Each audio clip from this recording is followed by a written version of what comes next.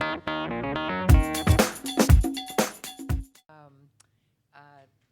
Jerry, who is my partner in crime, and I started Atlantic Consultants over 30 years ago. And we've been committed since then to really working with entrepreneurs and their companies to help them grow successful businesses and to have a life as a leader while you're doing it. We've gotten this body of knowledge about leaderpreneur, which is that journey from being a founder to a leader.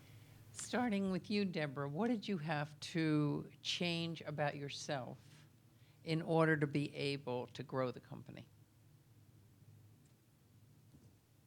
Well, I think, like most founders, I was a classic micromanager, and I thought I knew how to do it myself, and it was very hard to bring people in and let go and believe that other people could do what I did.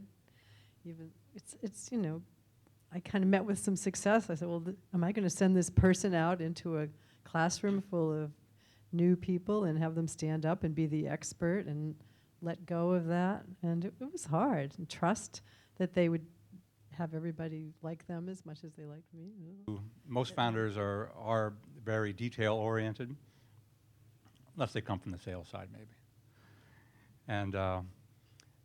And so if you can't let go of the details, you plateau.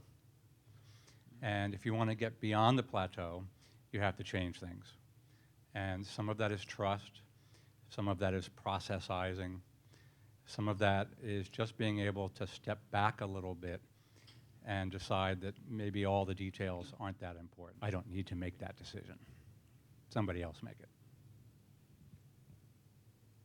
It's a big change. Step back from that. So with me, I was like Icarus, too close to the sun. So I realized the way I had to do it, I just bought more companies. So if I diluted myself out, then that was a way that I protected everybody from getting too hot. So literally, I did that. Was I behaved in ways that I wanted my employees to emulate. And that was the best way I had of teaching them. We have done a formal process where we spent several months as a group determining our values and writing them down and having them on the wall. And if someone gets out of line or offends someone or whatever, we all take up our values and try If to you're constantly raising the bar on expectations, if you're constantly, creating new possibilities for an organization, that will incent or create, and you get people to follow you on that. That's the catalyst for those opportunities or those situations to come forth. And the more often that they come up, the better that your staff will be at handling them. So that's what I see my role is to continue to sort of challenge them and create, force them to confront a new set of situations and circumstances and see how they deal with it. So, Are leaders born, or can they be taught? Can leadership be taught? And I guess the advice I'll give is the answer to that, at least my perspective on it. I think there are characteristics of leadership that are innate.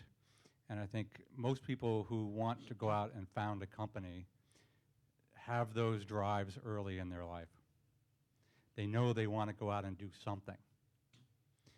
But leadership, it can also be taught. And there's so many different kinds of leadership.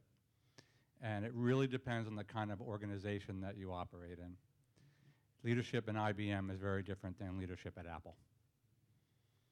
So I guess my advice is if you aspire to leaderpreneurship and you think you have it in you, you probably do.